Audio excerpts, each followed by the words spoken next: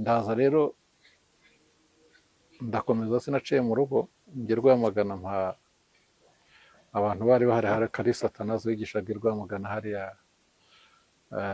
yitwa Saint Aloys muri segonderi yaho, turafotora turamuha, turakomeza turaza. ubwo mwafotozaga iki? Photocopieuse zari zihari yo ku ishuri, bafotoje ku ishuri. Prefet des études nawe twari twaramwejeje mu muryango. zari page zingahe? Ntago zari nyinshi, zishobora kuba zari nk'eshatu. Page eshatu.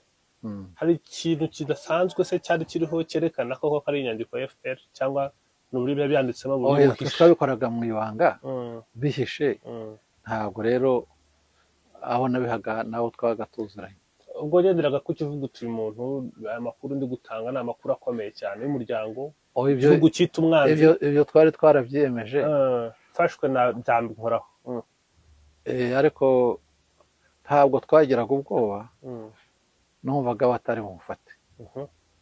Icyizere cyari gishingiye nari mfite indangamuntu, ntabwo nta kimenyetso yuko nagiye hakurya nkongera nkagaruka, ntacyo.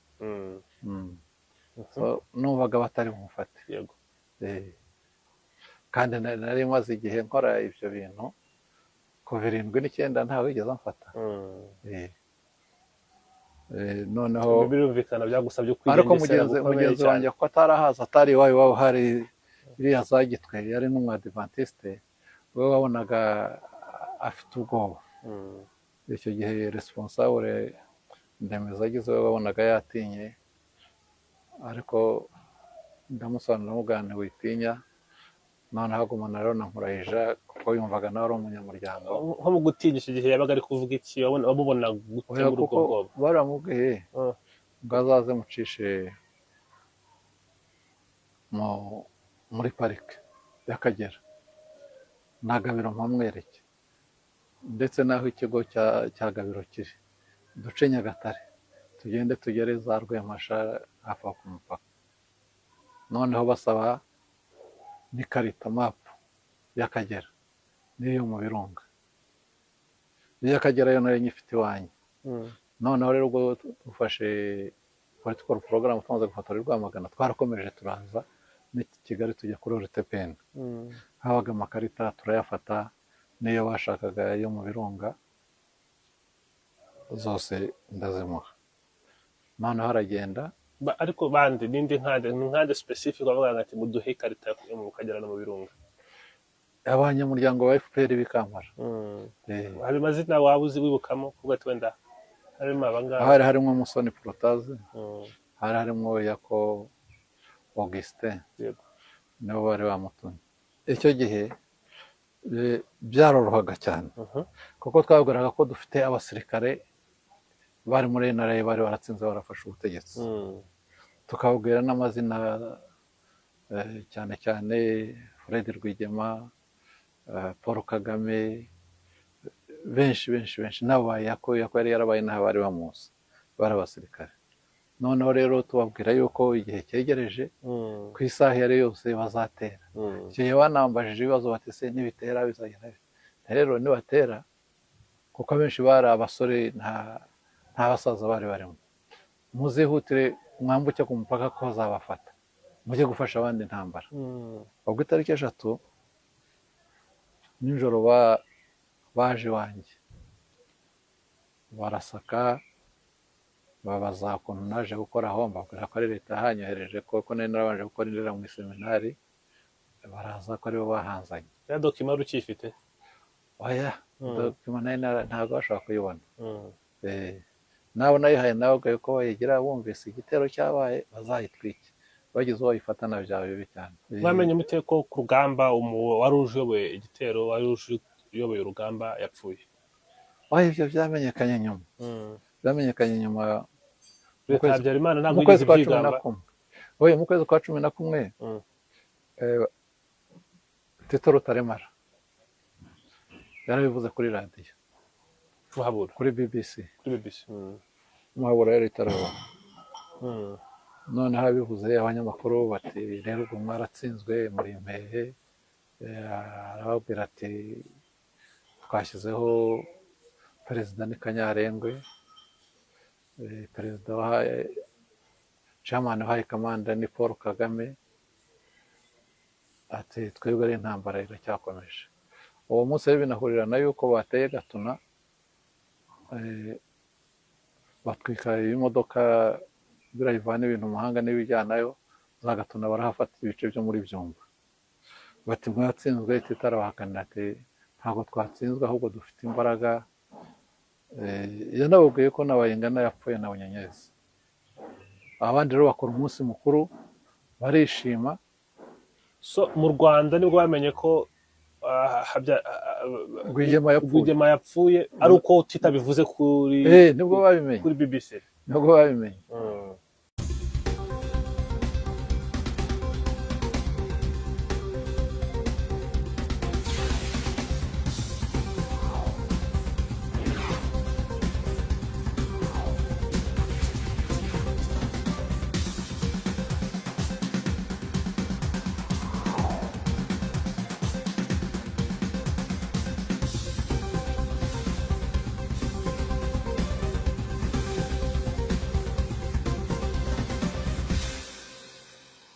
Yego mwaramukanya amahoro y'Imana abakunzi ba One Nation Radio, radio ya diaspora y'u Rwanda, ijwi rya diaspora y'u Rwanda.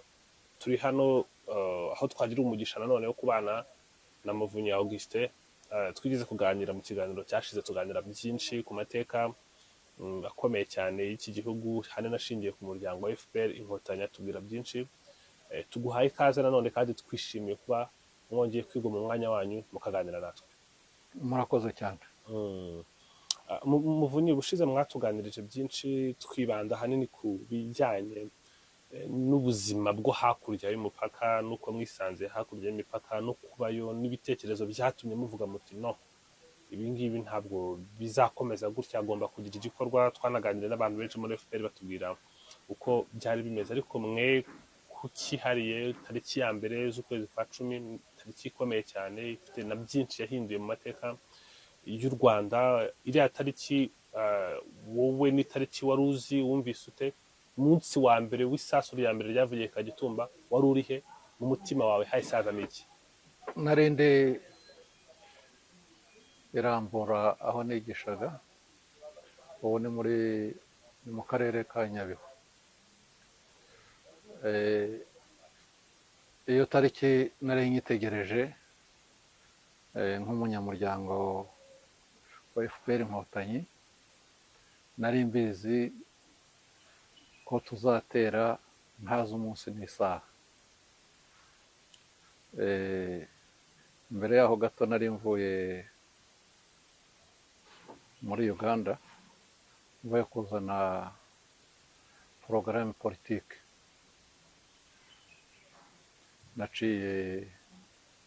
Navuye iwacu kuko hari mu biruhuko bikuru, mva iwacu umurenge wa Gahini. Bantumyeho umuntu wari uvuye Kampala, araza agera iwanjye,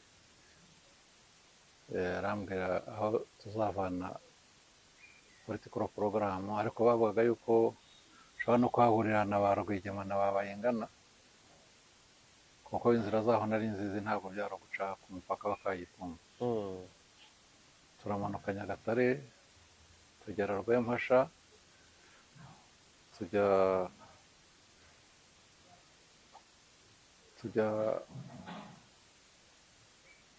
Kazaza. Tugeze Kazaza, mugenzi wanjye nari nsanze aho ngaho witwa Nkurayija ankubita kuri moto, tumanuka mu Gakindo, ageza hasi ku Muyanja. Umuyanja ni urugabano rw'u Rwanda na Uganda.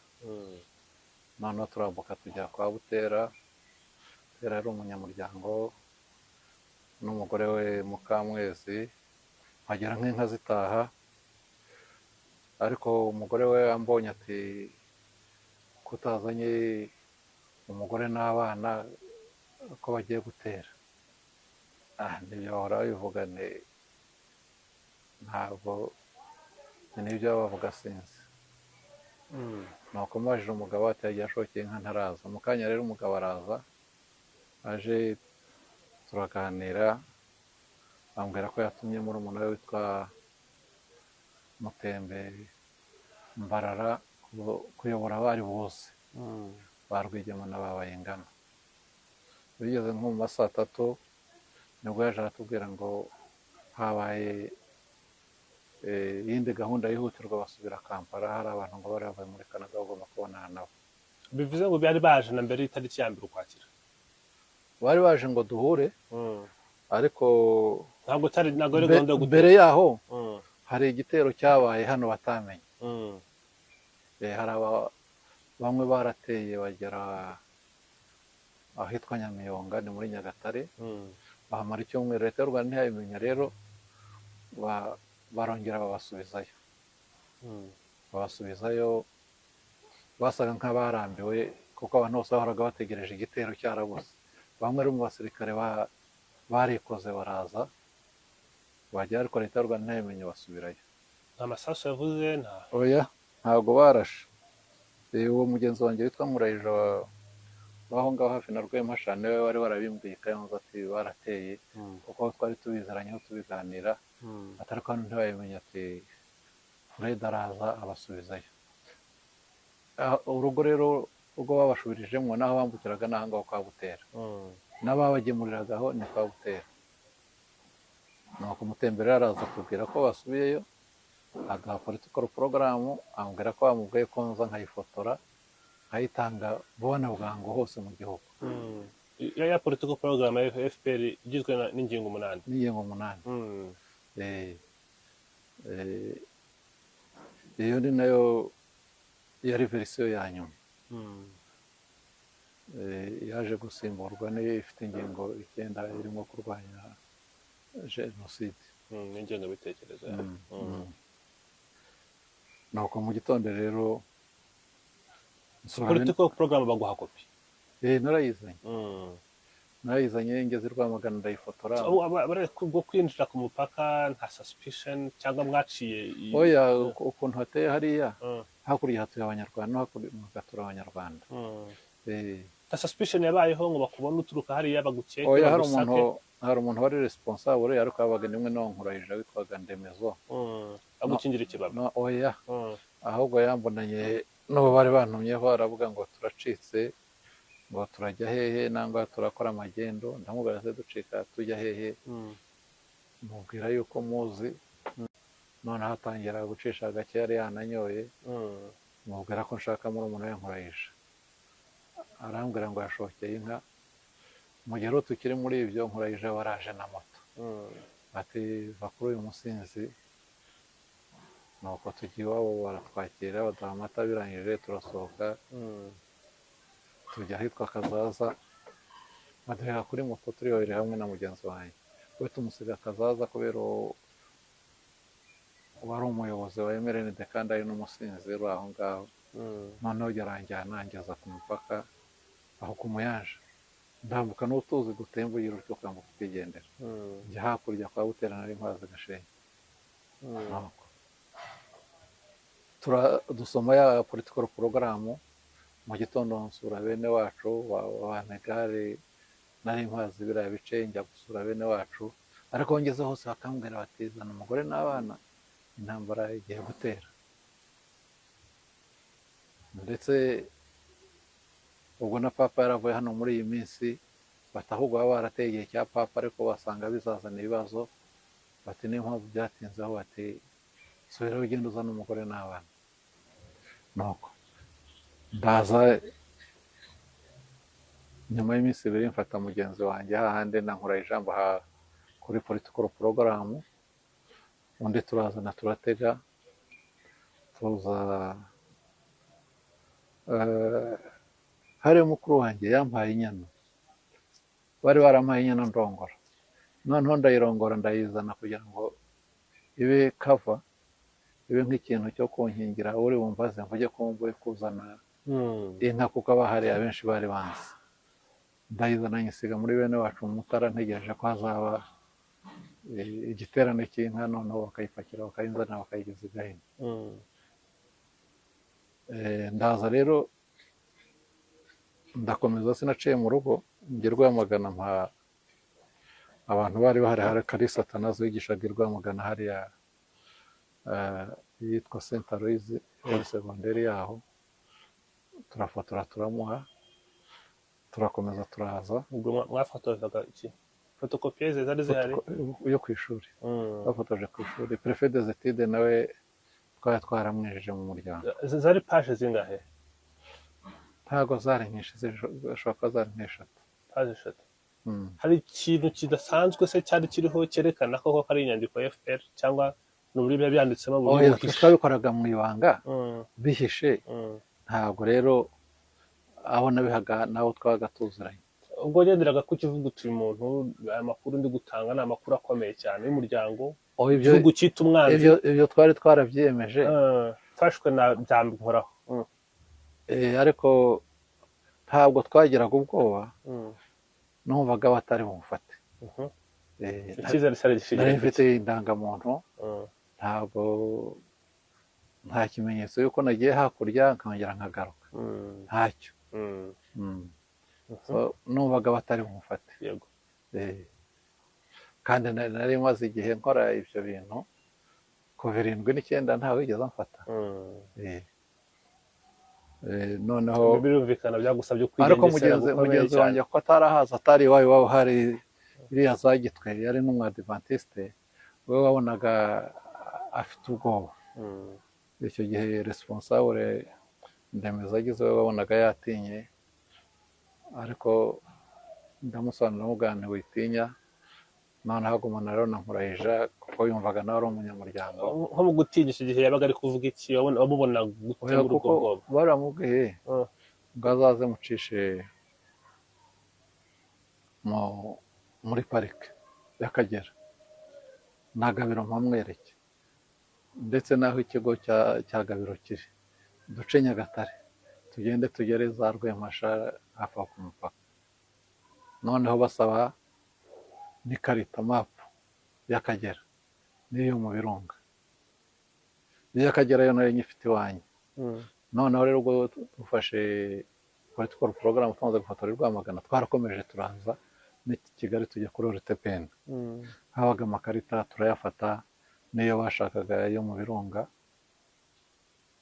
zose ndazimuha noneho aragenda ariko bandi nindi nkande specific bavuga ati muduhe ikarita yo mu Kagera no mu Birunga abanyamuryango wa FPR bikampara hari mazina wabuzi wibukamo kuko twenda harimo abangaba hari harimo Musoni Protaze hari harimo Yako Augustin yego nabo bari bamutumye bari batumye witwa Gashagaza Habart nuko so kubona ikarita muri RTPN ntabwo byagoye oya zari zihari muri RTPN baragenda kwishyura ukababwira izo ushaka kwishyura ni nko mu iduka yego RTPN tugiye ririhe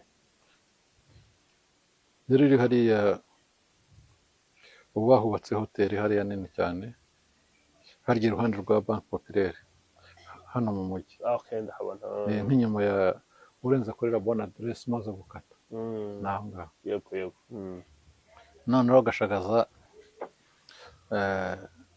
turakomeza turagenda yari afite murumuna we witwa Gatari bari ku Kabusunzu tumuha kuri political program ndetse dusanga hari n'inama y'abanyamuryango yari irimo bamutsindashyaka n'abandi bantu bamwe barabishe turayibaha tuganira nabo ndabaganira ariko nko ku nama ushobora kuvuga inama abantu bakumva wenda inama nisanzwe hari inama hirya hari inama nk'inama y'icyo gihe y'abanyamuryango ba FPR abantu bafatwa nk'abanzi yabaga ari inama cyiteguwe ite ibera hehe igenzurwa ite kungurana ibitekerezo no kubihuza n'abari muri Uganda icyo gihe byarorohaga cyane kuko twabwiraga ko dufite abasirikare bari muri NRA bari baratsinze barafashe ubutegetsi tukabwira n'amazina cyane cyane Fred Rwigema Paul Kagame benshi nabo Yako yari yarabaye n'aho bari bamuzi bari abasirikare noneho rero tubabwira yuko igihe cyegereje ku isaha yari yose bazatera icyo gihe banambajije ibibazo bati se nibitera bizagenda rero nibatera kuko abenshi bari abasore nta basaza bari barimo muzihutire mwambuke ku mupaka ko bazabafata mujye gufasha abandi intambara. ubwo bari nka bangahe ugereranyije nk'inama? Twari nka 12 na 5 aho ngaho. nuko Gashagaza rero aragenda avuga ko azagaruka nka nyuma y'ibyumweru 2. Igihe ubwo byari hafi muri za 15 kandi 14 ngomba gusubira ku ishuri gutangira umwaka. Mubwira ko naza azansanga 15 z'ukwezi kwa 9 ko azansanga iramburaho nigishaga. Noneho ndamutegereza ndamubura. Yego. Bigeze nko muri za 25 turahembwa. Muri iyo weekend rero kuwa 5 maze kwigisha yenuriye bisi ndazanza kumushaka ndamubura. Kwa murumuna arambwira ati ntiyari yaza. Ndakomeza ngiye iwacu Ikibungo muri komine Rukara. Ndarayo rimwe kuwa 6 ndagaruka ngo ndore ko twakubitana ndamubura. Ku cyumweru rero nisubira ku kazi. Itariki ya mbere rero ntabwo twe twabimenye. Yo kuwa mbere sinigishaga. Madamu niwe wagiye kwigisha avuga yuko bazanye abana bo mu mwaka wa mbere batangira segonderi. Avuga ko yumvise abavuga ko inyenzi zateye. Noneho hari nka 6:45 nshyiraho radiyo Rwanda ihita itanga amatangazo. Nuko nguko tumenya nyine yuko baje, kuko barateye ntibabivuga ariko radiyo yabivuze ku itariki ya 2. Nuko noneho asubira ku ishuri ariko asanga hari umwuka mubi kuko bumvise ibintu by'intambara. Nabo bazanaga abana bati bafite ubwoba bati ntabwo tuzi ko turi bugereyo. Noneho bigeze nimugoroba nshyiraho za BBC, nshyiraho za RFI. Noneho nkumva Dr Majoro Bayingana Peter niwe urimo kuvuga, avugana n'abanyamakuru ba BBC, avugana n'aba RFI, arazi Icyongereza n'Igifaransa, avuga no mu Giswahili. Nuko amakuru arakomera. Icyo gihe Bayingana yavugaga iki? Yavuga ko bateye, ko baje kubohoza u Rwanda. Cyane cyane avuga ko hari leta yabirukanye mu gihugu, ko rero babujije gutaha, ko ari impunzi za kera zimaze imyaka irenga 30 mu buhungiro, ko rero na leta yari iriho ko yavuga ngo nibagume yongiye mu bihugu bashake ubwenegihugu ko u Rwanda ari ruto. Ibyo rero byose arabihakana ati ntabwo u Rwanda rwaba ari ruto. Bafite naho inyamaswa ziba, turutwa n'inyamaswa. Avuga rero ko hari igitugu, nta bumwe buhari, ari abanyarwanda bari imbere bafite ibibazo, kandi no mu mahanga bahunze nabo batabafata nk'abenegihugu. Ko hari ibibazo byinshi rero bigomba gukemuka.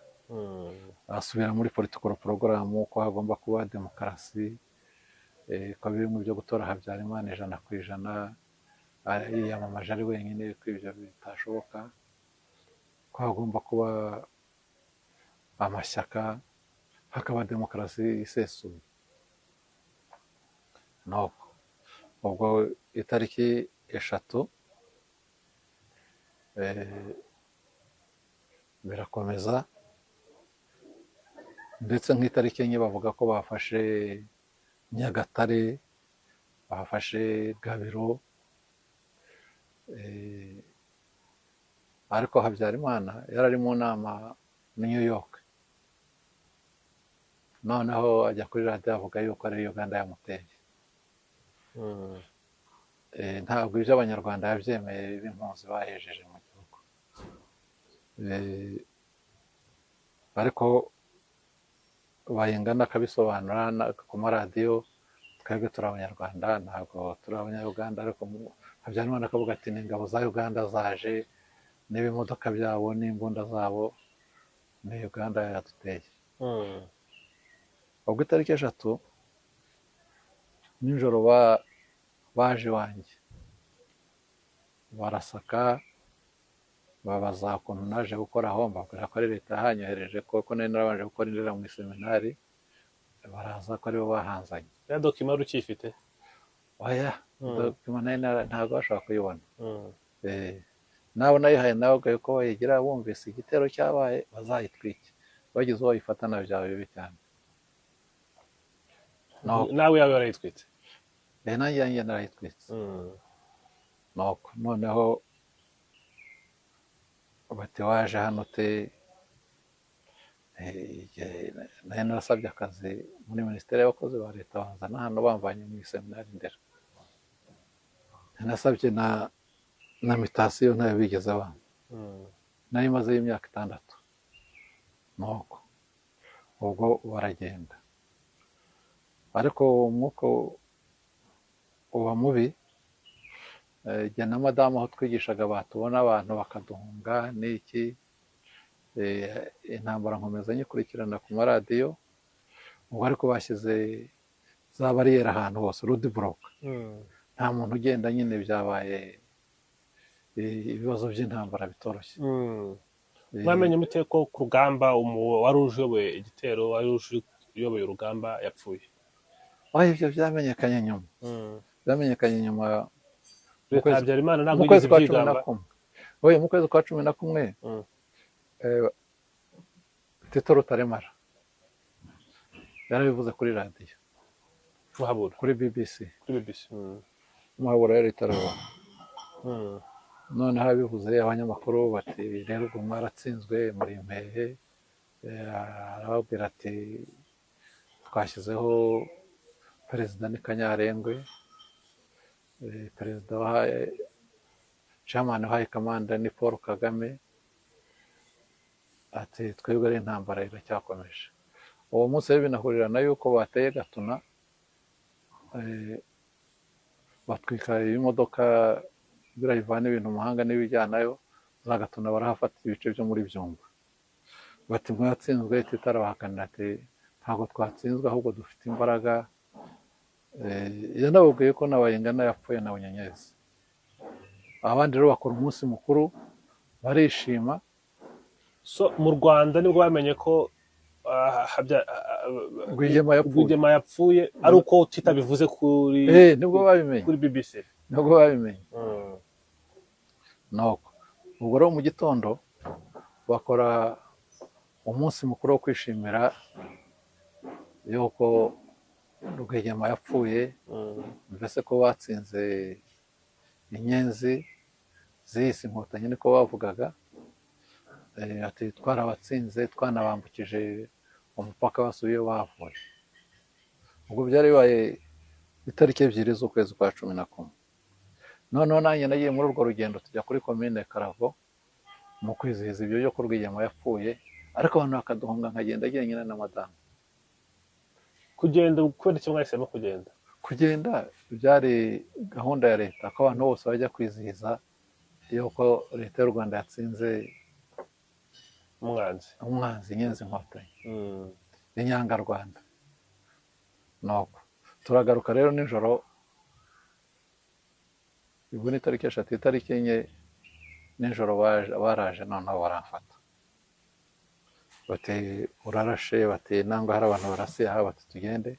Ngeze imbere rero nkasanga kamyonete ya komine barayinyuriza, baragenda bankubita muri kasho ya komine.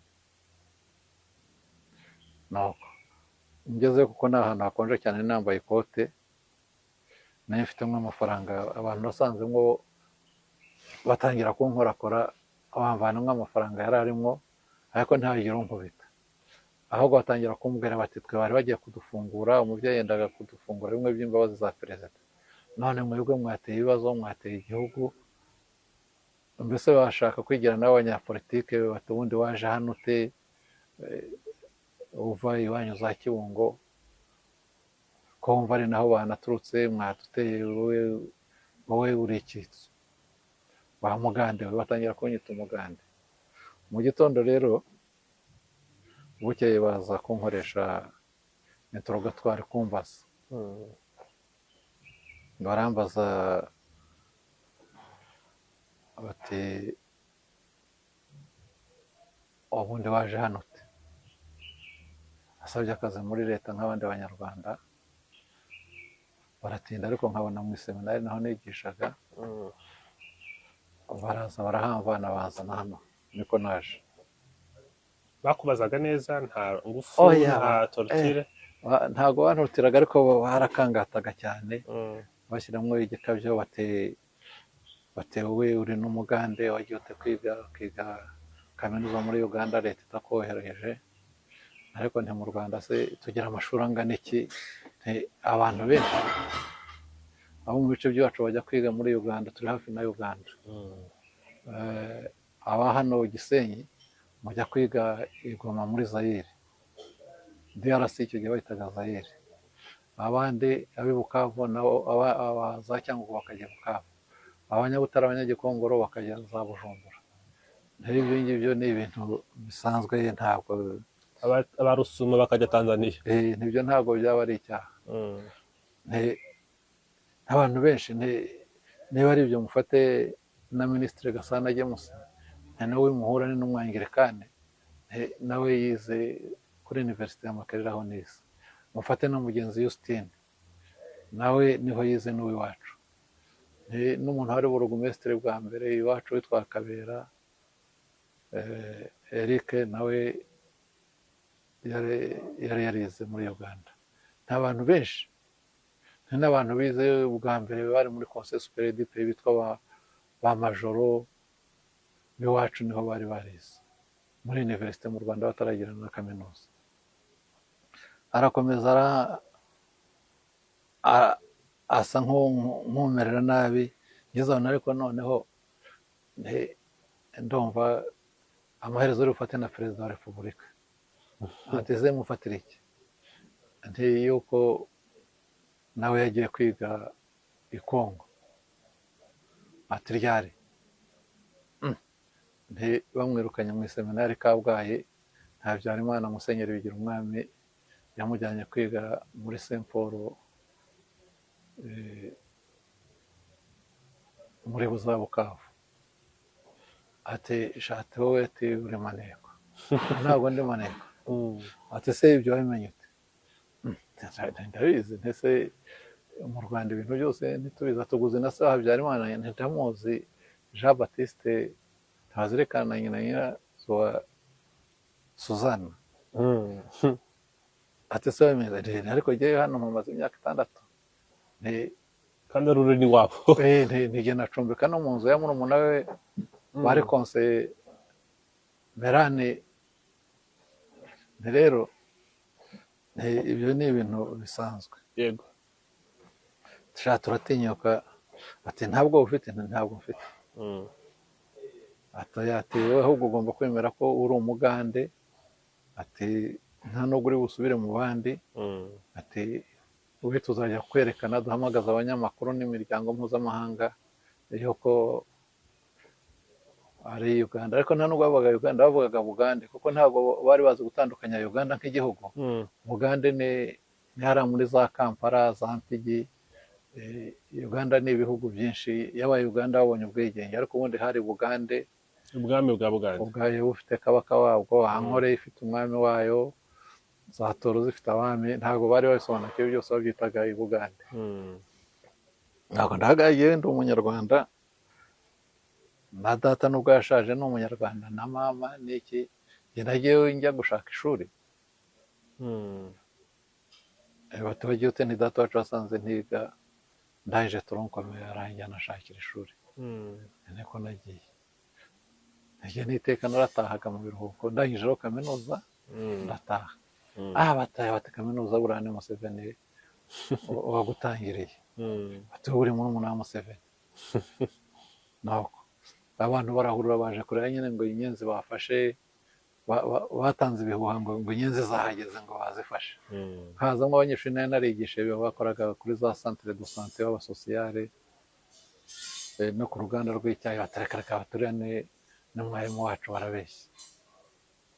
Nuko ngumaho, madamu n'umubikira wategeka ku ishuri baza kunsura. bampa n'igitabo cyo gusoma, bampaho n'amafaranga, noneho kujya baranshyize muri sale y'abapolisi, abapolisi rero nijoro mbagurira byeri. Hariya harakonja, bacanaga umuriro bakota, noneho ndababwira bagura n'ibigori, turotsa turya ibigori. kandi uri muri kasho baragufungura ukajya hanze kuganira nabo? aho ngaho nari ndi hamwe n'abantu, ntabwo nari muri kasho nk'abandi. Nuko ubwo amafaranga uyu wari afite na radiyo, noneho igenda ayifungura, noneho numva inkotanyi ahubwo zageze no mu birunga. ubwo turacyari mu kwa 11? Turi mu kwezi kwa 11. aho nahamaze iminsi nk'icyenda, noneho ku munsi wa 9 bazana ibyo kurya, none ibyo kurya nanga kubirya. Kubera iki? oya nabonye ari umuntu nkazi, noneho baravuga ukeka ko bashobora kuba baguhumanyije? naketse ko ari uburozi, kandi bishobora kuba byari byo, ndanga. noneho bati ntimwaravuze ngo mufungiye politike, Mandela bamufunze imyaka 27, baramurekura, ubuze muzandekura ko muzanyica? bati se hari abandi yitwishe? neze nta bantu bo muri repubulika ya mbere? bati bande? ni Foroduwari Minani wari minisitiri wa inforomasiyo, Habimana Gaspard wari minisitiri w'amashuri, abantu benshi na Kayibanda muramufunga yicwa n'inzara agwiwe. ni n'abambere bo muri Rinare, ntibarwa Michel Rwagasana, abitwa ba Bwanakweri bo muri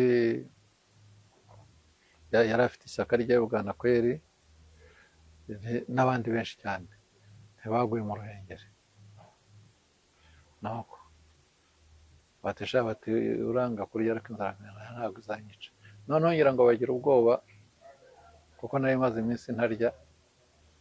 nawe ubwe nturiya muntu simuzi, yewe ndubatse, mfite umugore n'abana, mfite n'abakozi, mfite n'abantu bo dukorana, n'abakozi babo ndabazi, ntabwo rero uriya muntu muzi. bati uranze? reka kirazira, ni iwacu ntabwo umuntu arya mu mihana, ni abanyarwanda bamwe abantu b'abarozi, hari n'ahantu tutugama n'imvura igwa n'iki n'iki, ntabwo bishoboka. batisha bati wowe uzapfa? ntacyo nzaba. noneho ngira ngo babwira burugumesitiri, bagezeho bagira ubwoba, nko mu ma saa 9. ubwo rumeze nk'iminsi ingahe ntacyo ushyira mu nda? iminsi 9. iminsi 9 ntacyo ushyira mu nda? naherukaga bya bigori mwotsaga? nibyo naherukaga. n'icyayi n'imigati madamu yaranzaniye n'ababikira. noneho batisohoka, nibwira ngo bagiye kundekura ntahe. noneho mbona barakase berekeje kuri uyu muhanda mukuru wa Ruhengeri Gisenyi, ariko uca ku kigo cya gisirikare cya Mukamira. nibwira ko bagiye kunyicira mu kigo cya gisirikare. umuntu aturenze irembo gate yaho, tugera ku muhanda mukuru, nibwira ngo barankatisha mu Ruhengeri, ura ntibazajya kunyicira, mbona ntibagiyeyo. noneho barankatisha, ndavuga ntibura baranyicira mu Bigogwe. turenga ikigo cyo mu Bigogwe, turagenda bankubita muri brigade ya gendarmerie Gisenyi. ubwo bibaye nka za saa 11 n'igice, saa 12. ariko tuhageze niyambura isaha na cya gitabo, ndabimuha, nti muzabimpere directrice n'umugore wanjye, mbese bizabe nk'ikimenyetso y'uko bantwaye. ntabwo bigeze babibaha. ndara aho ngaho rero, mu gitondo banjyana muri kasho yindi, nsangamo abantu benshi n'abaprofeseri bigishaga ku Nyundo twari tuziranye, n'abacuruzi ba Gisenyi. ndaramwo. mu gitondo hari umugabo witwaga Bwanafeza Agustin wacuruzaga, yaranguzaga amatabi, amasegereti. noneho uwo yarasohokaga, umugore yaramugemuriraga, akagenda akanywaho ka byeri akanarya. noneho abandi bari babizi, nza kumubwira ntigira mushiki wanjye ukora muri electrogaz, ubu ni wasake uyu munsi na REG. umbwira umugore wa mubwire, ntafite mushiki wanjye witwa Rusa Kabera, akoramwo yari umukobwa wo kwa data wacu, amubwire ko ndi hano.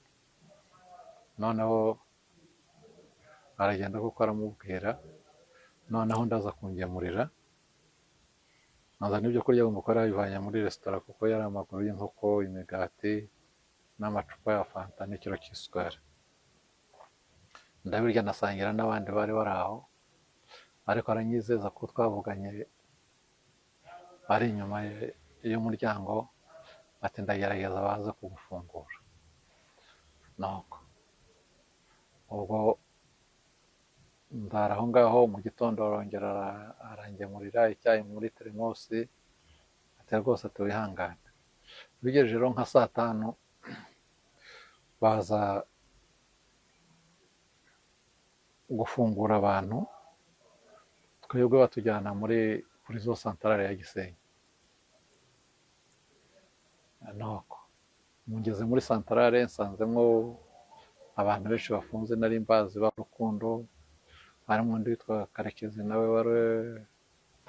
wari agronome b'Abagogwe.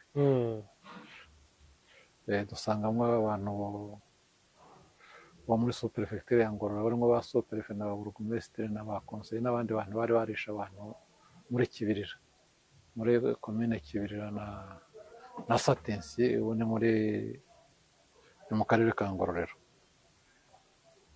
Kuko itariki 2 bishe abantu muri Kibirira kubera nyine igitero cyari cyabaye, abatutsi baho barabisha Abagogwe.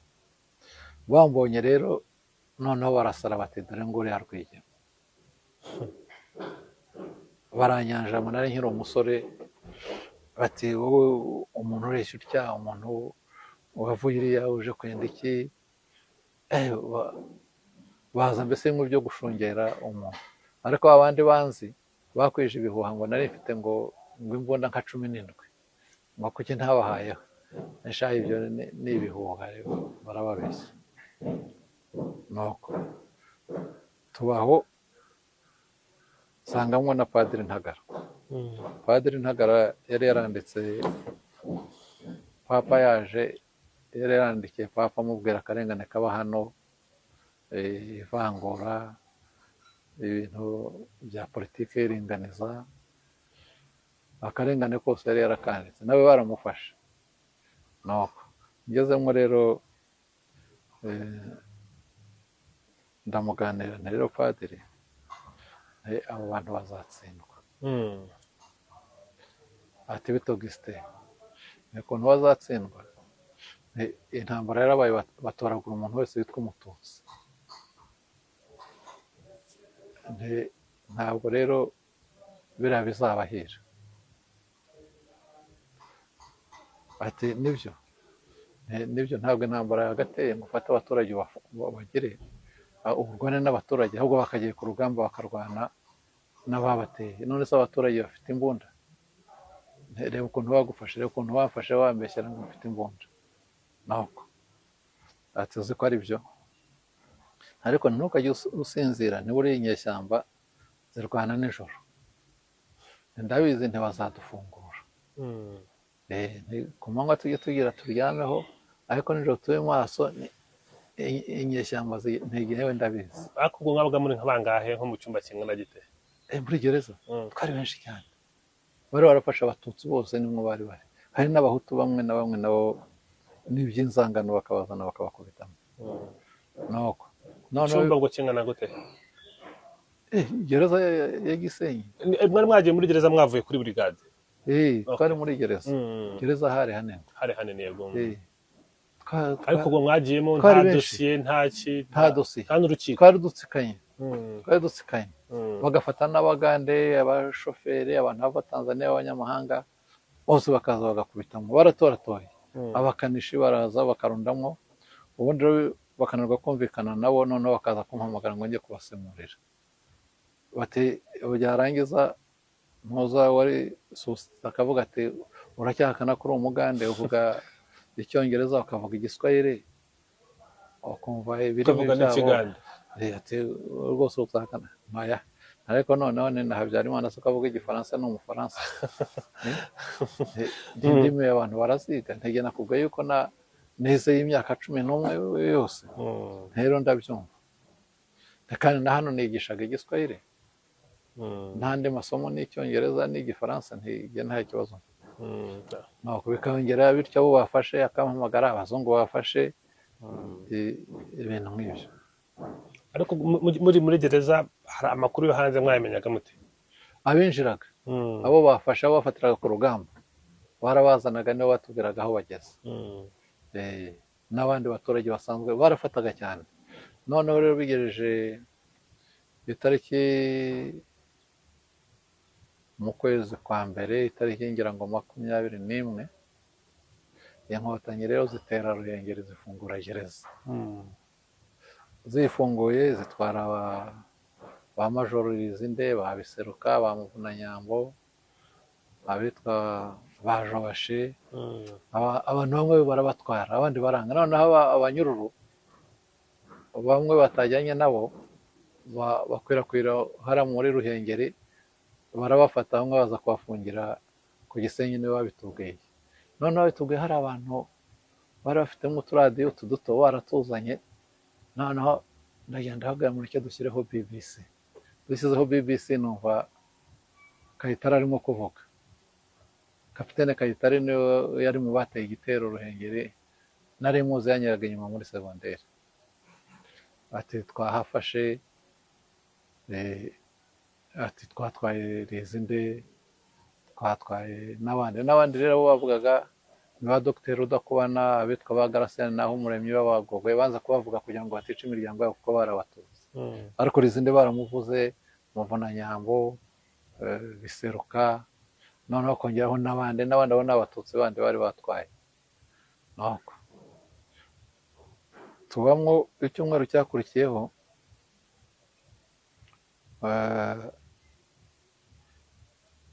ubwo ku cyumweru Musenyeri mucyumva ko bateye bafunguye gereza ya Ruhengeri. Twarishimye cyane. Padiri Ntagara yarampobe ati Augustin, ati ntukavugane n'abantu ati bamwe bakugurisha kuko ufite amakuru ya nyayo. Natwe ariko bazadufungura. Ubwo naho naganaga icyizere cyese kigaruka. Noneho ubwo leta isa nkaho yasebye kuko yaravuga ngo inkotanyi ngo ziri muri Uganda. Barano baje bajya mu mujyi wa Ruhengeri bafungura gereza. Biba rero noneho ikibazo kuko inkotanyi baravugaga ko kuri radiyo bati twebwe turi mu Rwanda. Urumva kongera guhakana ko ari Uganda bisa nkaho bibaye ikibazo. Noneho intambara irakomeza, ariko ubwo hagati aho ngaho umugore wanjye yarahunze bamaze kwica Majoro Rwendeye. Zarambura umugore wanjye niho yari ari barabatera, ariko nyuma za Majoro Rwendeye yari mu ntoki. yarashinzwe ibintu by'ibimodoka biriya by'intambara. Yari umusirikare ukomeye abishinzwe. Noneho asubira rero iriya kuko Habyarimana yari yaravuze ngo yarabatsinze. Rwenda akavuga ati inkotanyi, ariko niko batubwiraga, ati inkotanyi zirihuta na Kigali, barongera bamusubiza. Iyo bamushubije yaragenda agwa muri ambushi hara hirya za Rwinkwavu nka za Nyankora aho ngaho. Nuko arapfa. Apfuye rero Rambura, haza umwuka mubi ahantu hose ko Rwendeye yapfuye. Ba madamu barabatera n'abanyeshuri b'Abatutsi n'abarimu babamira nabi, ndetse bicamo n'abanyeshuri bamwe ahitwa ku Kibisabo hakurya y'Irambura, hari ishuri rya Gris Vétérinaire. Noneho madamu rero Musenyeri aza kumuvanaho n'ababikira bamujyana ku Nyundo. Musenyeri Karibushi aje gusengera abanyururu, harimo n'abapadiri bafunze b'Abatutsi. Kumbwira padiri ntuze kureka mvugane na Musenyeri, mubaze niba umugore wanjye n'abana bakiriho. Noneho arangije misa ndamwegera mubwira ko nitwa Muvunyi Augustin, ko nari Rambura, nashaka kumenya ko abana banjye n'umugore bakiriho. Ati ndabafite ku Nyundo. Hazamwe rero akantu mu mutwe numvaga ariko mubwira ko mfite murumuna wanjye w'umupadiri kandi njye ntabwo ndi n'umunyagatolika. Nakora Ikibungo. Padiri Kayitana Justin, bamubwire yuko bafite, numvaga nabimubwira azashakisha ukuntu abwira iwacu bakahabakura. nuko musenyeri rero aragenda telefona Kayitana. Kayitana n'ibyo yambwiye nyuma, we yanitabye Imana. Padiri Kayitana ahamagara murumuna wa madamu yakoraga kuri komine Kayonza, ati ngo nkubwire niba aje, mubwire ati Muvunyi arafunze, mushiki we n'abana bari ku Nyundo. Bashaka rero aza i Kigali, abwira se wabo bashakanye anite n'amafaranga, ashyiramo umuntu wo mu kigo ugenda utanga amafaranga kuri roadblock, agera yarabazana. ubwo rero ikibazo nagize ni uko inkotanyi zifunguye Ruhengeri, navuze ntibashobora kuba baraguye muri iyo mirwano, ariko bari baraje barageze za Gahini iwacu. nuko intambara irakomeza. mu kwezi kwa gatatu tariki 29 haba imishyikirano Nsere. Amasezerano Nsere rero ni hafi na Kinshasa, bemeza yuko bafungura abantu bo bafashe ko ari ibintu by'urugomo. ariko niki cyasunitiye leta y'u Rwanda ko yakemera kuba nayo yajya muri ayo masezerano Nsere, kuko ntabwo yabemerera. Yagiye nko kumuhuza ari Mobutu, kandi Mobutu yari umuntu wa Habyarimana. noneho bemera kuvugana. Amasezerano Nsere ninde yunguraga cyane hagati y'inkotanyi na Habyarimana? bose yarabunguraga, kuko hari harimo bimwe byo guhagarika imirwano. noneho bavuga ko bazafungura abantu, noneho nyuma yaho batangira kugenda bafungura abantu buhoro buhoro. nanjye bigeze mu kwa 4 tariki 6 baramfungura. ubwo wagiye bagufashe mu kwa 11, ufungurwa mu kwa 4 itariki 6. noneho ndara kwa se wabo na madamu hariya mu Gatenga witwaga Wikirifu. bampa amakuru ko bateye iwanjye, barya inka, barasenya inzu, baramenagura, kuko inzu yanjye nasigaga ngikinze, ngo bashakamwe ngo imbunda ngo na dokima z'inkotanyi. nuko mu gitondo rero mbona madamu araje, ko bari barafunguye abantu za Kibungo, za Rwamagana, za he, abo yibwira yuko bananyishe. noneho arambona, turaraho, mu gitondo turataha, tugera iwacu. hashize nk'ukwezi nari maze gufata agatege, noneho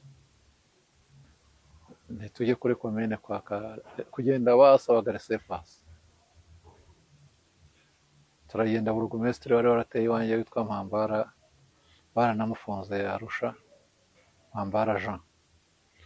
nuko ndagenda, madamu arabanza arayifata resepase, kuko yari asanzwe ajya kuzaka. noneho njyamo, kuko nagomba no kwaka indangamuntu. Sekreteri aramubwira ati hano hari umugabo witwa Muvunyi Augustin ushaka indangamuntu, tambwiye yuko bamufunguye, umwarimu mu mashuri y'Igisenyi. njyayo, Mpambara ati ni Muvunyi Augustin cyane. noneho hamagara sekreteri,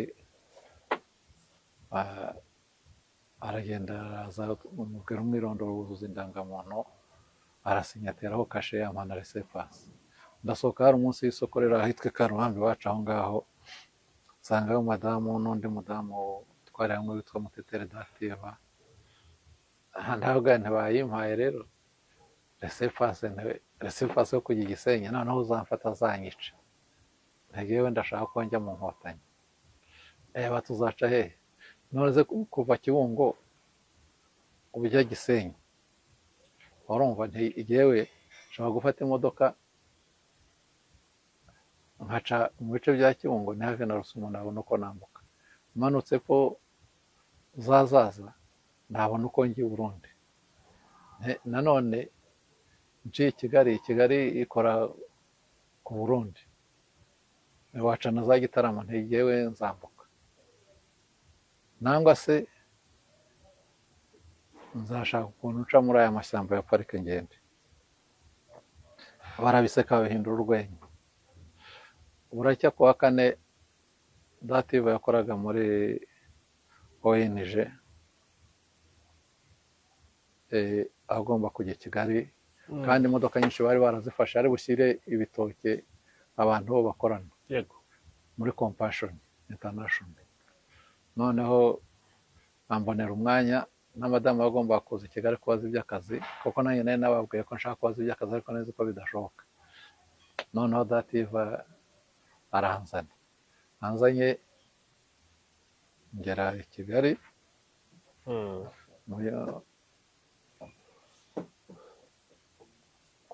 ndari i Kigali kuwa gatanu, kuwa gatandatu ndahirirwa ariko menya uko twafunguranywe bamwe batangiye kujya babica abandi ko batoroka bakagenda.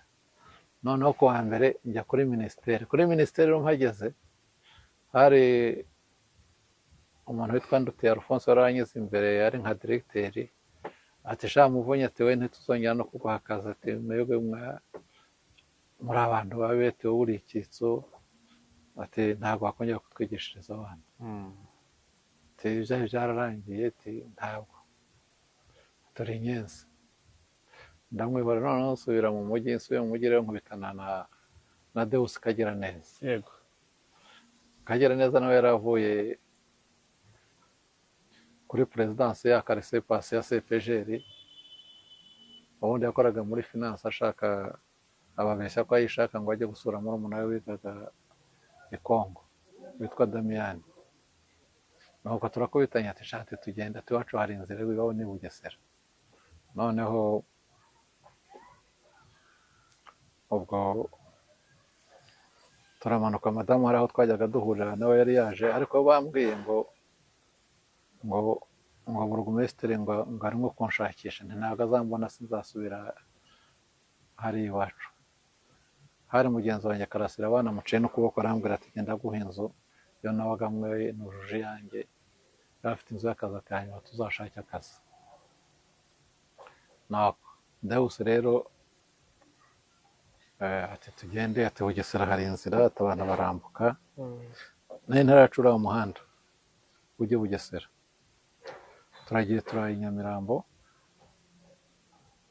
ariko ubwo twabonanye n'umugore w'umufaransa akazi Deus yari arize mu Bufaransa witwa Suzana umugabo witwa Patrick ariko umugabo adahari atubwira ati mu gitondo ndabatwara. Nibwo rero mu gitondo tuzindukirayo wa mugore ashaka amayisikoti y'Abafaransa bari barahuruye Habyarimana baradutwara baducisha muri za bariyeri twambuka Nyabarongo tugera iwabo wa Deus. Tuhageze barakata baragenda. Deus yabeshya nyina ko agiye gusura murumuna we w'i Kongo Zaire y'icyo gihe. Turagiye twikubise i Nyamata. Tuhageze Deus ngo yarageze gushaka yamaza kwa burugumesi no kwa depite. Abakobwa b'abatayeri bari bahari batewe Deus bahangaha barongera bagufate. Turahava tujya kwa Nyirasenge ahantu hitwa Kayumba. Umugabo witwa Kayirama umugore we yitwa Mukamugema muri Nyirasenge wa Deus. Tuhageze rero hari mu mugoroba inka yabo yari yabyaye yabananiye ariko ndagenda ndayibabyariza. Nje ndakaraba intoki bamisaho ndakaraba bazana urwagwa ntabwo nywa inzoga. Noneho baza guteka baratugaburira banzanira amata ariko uwo Nyirasenge wa Deus aravuga ati se ati umugabo utavuga ati ni nko kujya mu Nkotanyi. Yakadane se navuga iki Deus ko aganira n'ababyara we n'abantu bahanabazi yewe naje muherekeje tuje kukuramutsa. Nako ati ni umuntu agenda nko kuntwara umwana yari afite umuhungu witwa Adrien wenda kurongora inzu niyo twari turimo. Nako turaryama mu gitondo bujya gukera tugenda nk'abagiye kwihagarika byari kasangahe nka za saa 10. Twari dufite igare mpeka Deus turagenda hari bagenzi bacu. Inzira mwari muyizi bageza ku mupaka Deus yarahazi Deus yaratuye ariko twari twashatse n'umuntu uri butuyobore guide witwaga Serubibi. Noneho tujya imbere twamuha amafaranga umwe 5,000 n'undi 5,000 twari bane yafashe 6,000. bitandatu by'icyo gihe 90 yari amafaranga menshi. ni menshi cyane y'ubu. Turagenda rero ducisha dukatira Mbyoho, ni hafi y'ikigo kigakwa. Ndahabona byo. Turagenda mu ishyamba rya Gashora, atugeza ahantu atwereka biriya ifoto byerekana byo ku mupaka mu ishyamba aho ngaho, barakata asubirayo. Bagenzi bacu bari basigaye inyuma nawe kuko twanze kugenda igihirire. Noneho turanamubwira ngo tugende, aranga ati nzabanza n'abandi.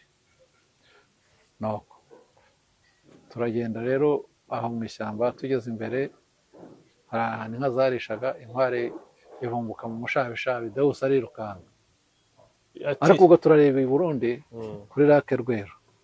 Noneho nanjye ngenda imbere, ngeze ahantu hari ikiyira gishora inka kuri Lake Rweru, ku kiyaga cya Rweru. Noneho uzengurutseho amapine y'igare, nandikamo John, nshyiraho fureshe yerekana direkisiyo nerekeje aho nerekeje. Nta wundi muntu wari bubimenye ko ari John, nahagera aramenya ko ariho naciye. Tugeze imbere mpura n'umurundi wari ufite agataro, ngira ngo yabaga ku isoko nko kugurisha imyumbati nangwa ibijumba, mubaza duhanahwire. Mukubita ku igare turagenda, aho ngiye mpasanga Deus. Nuko arimo kubwira abantu ukuntu twari dufunze, uko mu Rwanda bimeze. Nuko mu kanya turongera twurira igare, turagenda batubwira yuko hari ahantu bakirira impunzi hitwa Irenga. Dufata umuhanda turagenda. Tugeze mu marembo duhura n'umugabo n'umunyamuryango witwa Joseph, bitanga impuruza, ariko bamwita mwarimu. Yari mu bari bashinzwe rakritoma y'abantu bajya mu Nkotanyi. Nibwo tubwira ati mugenda, atari ko ati hari ati abantu ntashaka umuntu uvuga ngo muzashake ukuntu mwahava. Tuzavuga ko tugiye kwivuza, nta vuriro rihari, ati rihari mu Kirundo. Nuko turaramo rimwe mu gitondo rero tubwira abapolisi baharindaga ko dushaka kujya kwivuza ko bashaka kuba baraturegeye muri gereza. Baraduha ko dushaka no kugera hari iposita. Tugeze ku iposita rero mu Kirundo, Deus yari afite bene wabo, yari afite nyirasenge witwa Rozari, yabaga i Bujumbura mu telefone. Nibwo batubwiye bati nimugende mushake Dr Sahaha kuri hopitali, mushake na Bimenyimana wari umuprofeseri muri lycée d'Okahe. Noneho Sahaha atwandikira transfert médical tujyana i Bujumbura. Dusubirayo, batubwira aho turara kuri Bimenyimana Augustin, nawe yari umuprofeseri aho. Aratujyanye turaye iwe, ariko Deus asubizaho rya gare ko ritari ryacu, ryari rya Denis. Asubira amubwira ko tugiye, ababwira nabo ko bazadukurikira iyo nzira bazaca, ko bazagurisha amagare, bari bafite amagare abiri ko bazayagurisha, noneho bakaza.